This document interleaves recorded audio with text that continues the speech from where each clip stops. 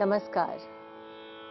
आप सभी को आज अंतर्राष्ट्रीय संगीत दिवस एवं अंतर्राष्ट्रीय योग दिवस की हार्दिक शुभकामनाएं। संगीत और योग हमारा आज का ये विषय है और ये दोनों विषय अपने आप में बहुत विशेष हैं। इनका आपस में बहुत ही गहरा संबंध है। तो इसी पर हम आज की चर्चा करेंगे कुछ उदाहरणों के साथ और कुछ समझते हुए कि कहाँ संगीत और योग का ये संबंध जो है वो मनुष्य जीवन में एक अपना महत्व रखता है।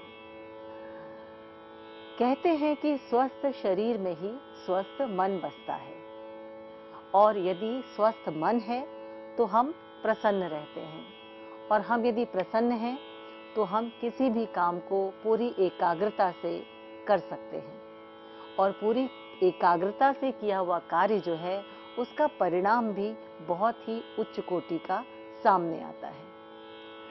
तो संगीत और योग की बात करें तो सबसे पहले ये दोनों अपने आप में अलग-अलग साधनाएं हैं, या मैं कहूं कि दोनों साधनाएं हैं, यानी जिसके लिए निरंतर तपस्या करनी पड़ती है या निरंतर अभ्यास करना पड़ता है। इसीलिए इन दोनों को क्रियात्मक यानी प्रैक्टिकल जो है विधाएं माना गया है।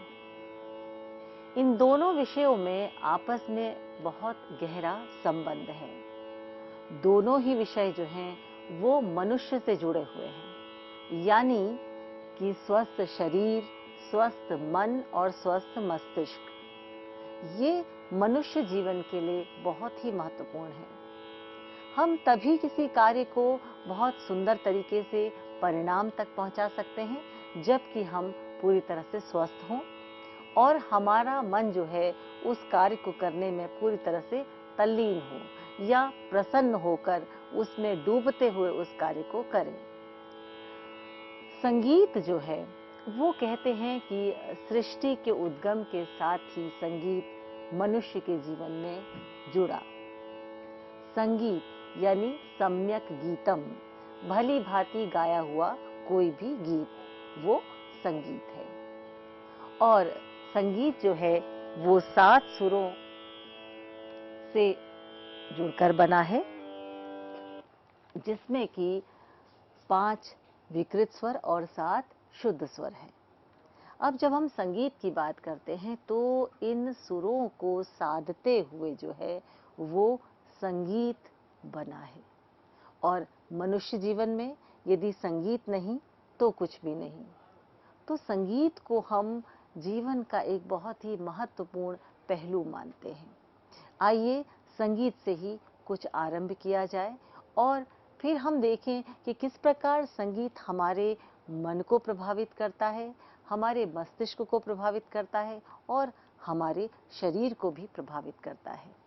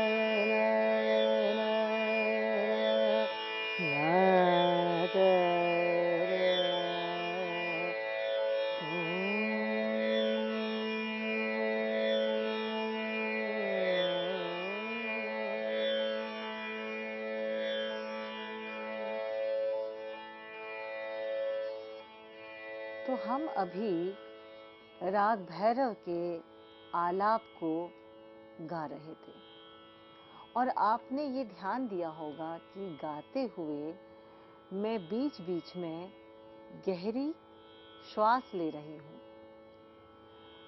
तो योग और संगीत, इन दोनों में श्वास का बहुत बड़ा स्थान है। जहां योग मनुष्य के शरीर को, मस्तिष्क को और मन को जो है साधता है, वहां संगीत जो है आत्मा को साधता है। यानी संगीत के सुरों से हम एक ऐसे संसार में चले जाते हैं जहां हमारा मन और मस्तिष्क ध्यानमग्न हो जाता है। और आपने देखा होगा कि मैं अपने इस तानपुरे के साथ पद्मासन में, या जिसे सुखासन बोला जाता है, उस पर बैठकर मैं गा रही थी। इसको गाते हुए श्वास की जो प्रतिक्रिया हो रही थी, जिसको हम कहते हैं कि श्वास को अंदर लेना और श्वास को बाहर छोड़ना, तो ये श्वास पर जो कंट्रोल होता है, ये हमारे संगीत में बेहद आवश्यक है, बहुत ही महत्वपूर्ण है। और योग में भी श्वास का बहुत बड़ा स्थान है। तो जैसे मैंने कहा कि साधना, इन दोनों, योग और संगीत दोनों के लिए साधना शब्द जो है वो बहुत ही सुंदर शब्द जो है वो प्रयुक्त किया गया है। मनुष्य के लिए, चाहे वो संगीत के क्षेत्र में हो, चाहे वो योग के क्षेत्र में हो, यहाँ पर ये करने की विद्या है।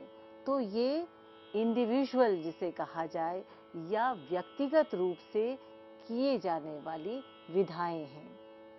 हम जब संगीत का रियाज करते हैं, अभ्यास करते हैं, तो भी हम एकल रूप से, इंडिविजुअल रूप से, या हम व्यक्तिगत रूप से ही उसका अभ्यास करते हैं, किसी और पर आश्रित नहीं होते।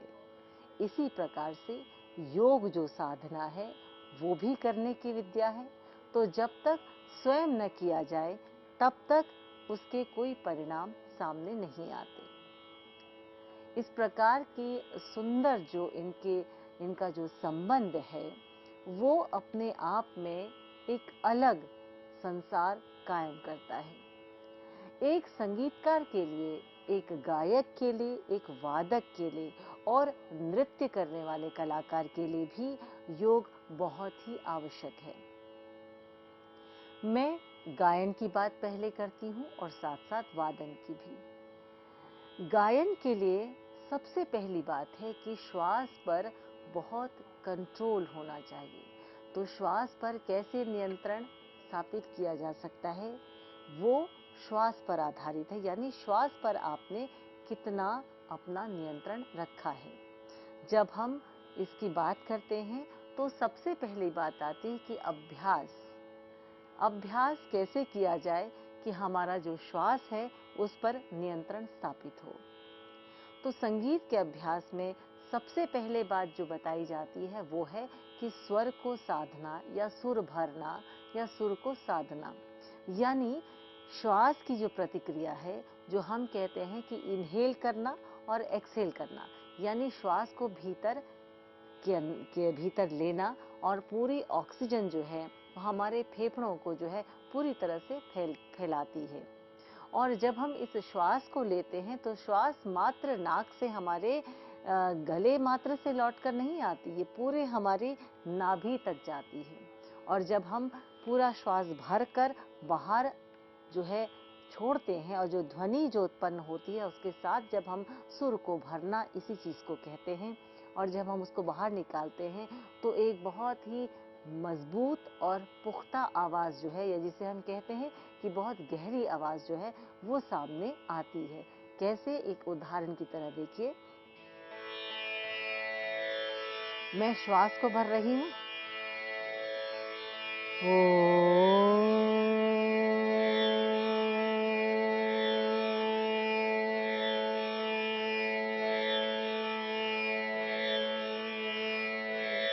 जितना आप श्वास अंदर भरेंगे उतना लंबा स्वर आगे निकल कर आएगा।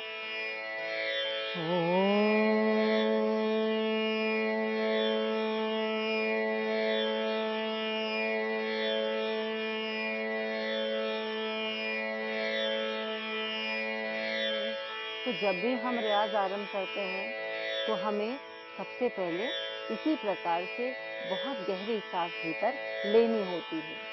देखिए, जैसे मैंने आपसे कहा कि हम सुखासन में या पद्मासन में बैठते हैं, जिससे कि हमारा शरीर जो है बहुत ईज रहता है, बहुत ही शांत भाव में बैठकर इस प्रकार से जब हम श्वास की जो प्रतिक्रिया लेते हैं भीतर और बाहर लेने की, एक बहुत सुंदर आवाज़ जो है, गहरी आवाज़ जो है वो बाहर आती है। और पद्मासन में बैठने के बहुत से हमारे फायदे हैं।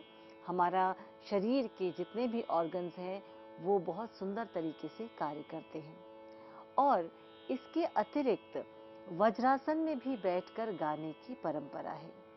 जब वज्रासन की बात करते हैं तो संगीत के विद्यार्थियों को उस्ताद आमिर खां साहब, जो इंदौर घराने के थे, और इसके अतिरिक्त ग्वालियर घराने के बहुत से कलाकार, रामपुर घराने के बहुत से कलाकार और भी अन्य घराने के कलाकारों में वज्रासन में बैठकर गाने की परंपरा है।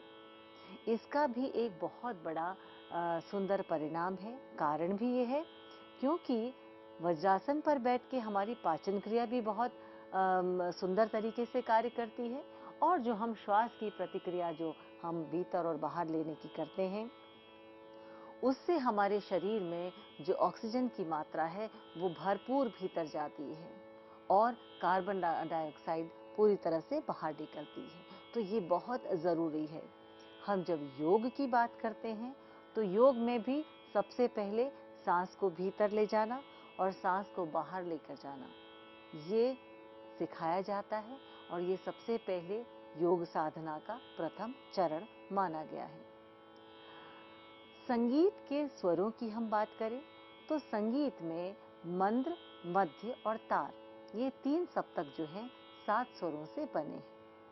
और जैसे मैंने आरंभ में अपने आलाप को गाया तो आपने देखा कि आलाप गाते हुए मैं मंद्र सप्तक में अधिक गई, यानी मंद्र के षड्ज तक मैं गई। और जब इसका अभ्यास हम करते हैं तो ये बहुत ध्यान देने वाली बात होती है कि हमें श्वास को भरते रहना चाहिए, और बीच बीच में उसको, यदि हमें लगता है कि हमारी सांस टूट रही है तो बीच बीच में उसको हमें भरते रहना चाहिए। ये आवश्यक नहीं कि आप किसी को बताएं या दिखाएं कि श्वास कैसे हम भीतर ले रहे हैं। जैसे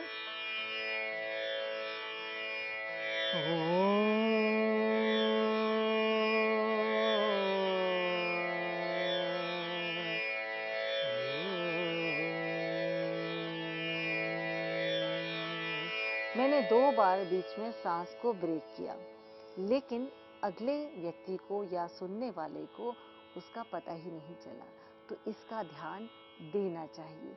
हाँ, जब हम रियाज कर रहे होते हैं उस समय हम पूरी तरह से सांस भरे और यदि उसका पता भी चल रहा है तो वो कोई बात नहीं होती। लेकिन जब हम परफॉर्म कर रहे होते हैं तो ये भी एक कला है कि कैसे सांस को लिया जाए, कहाँ छोड़ा जाए और कहाँ अगले भाग को एकदम लिया जाए। तो हम पहले एक बहुत छोटी और बहुत सुंदर 3 ताल की राग भैरव की बंदिश गाते हैं और अपनी इस चर्चा को फिर हम आगे लेकर जाएंगे। 3 ताल की ये बहुत सुंदर बंदिश है, प्रभु दाता सबन के।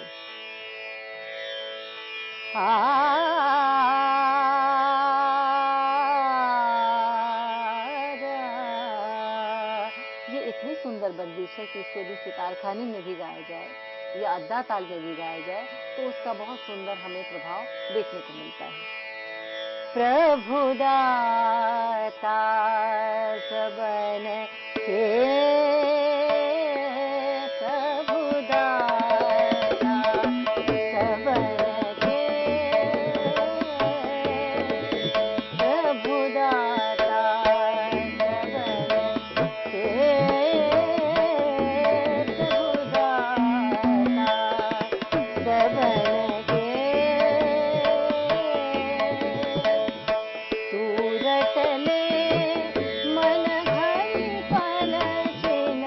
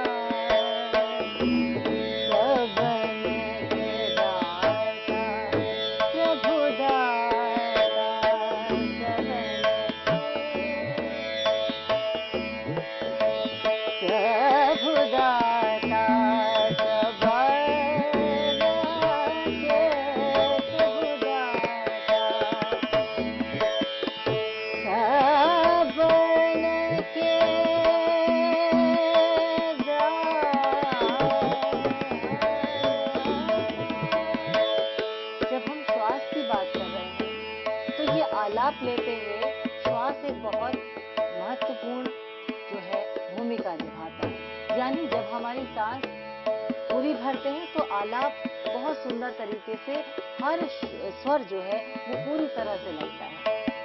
दा दा दा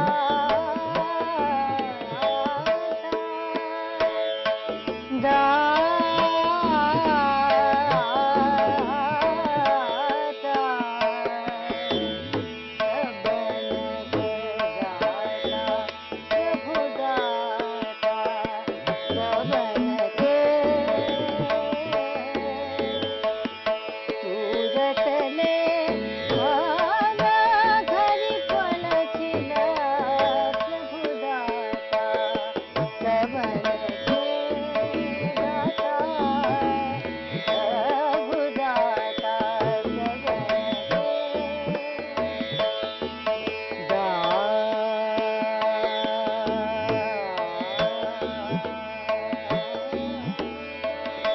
जब हम श्वास भरेंगे तो वॉल्यूम भी बढ़ता है।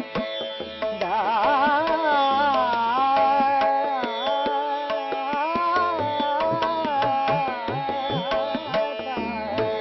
प्रभु दाता प्रभु दाता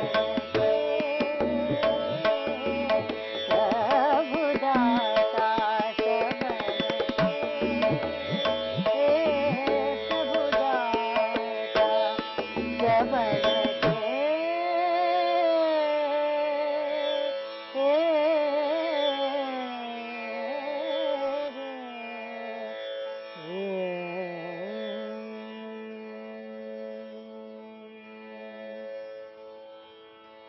इस चर्चा को हम और अगले अपने श्रृंखला में और इसके बारे में बातचीत करेंगे।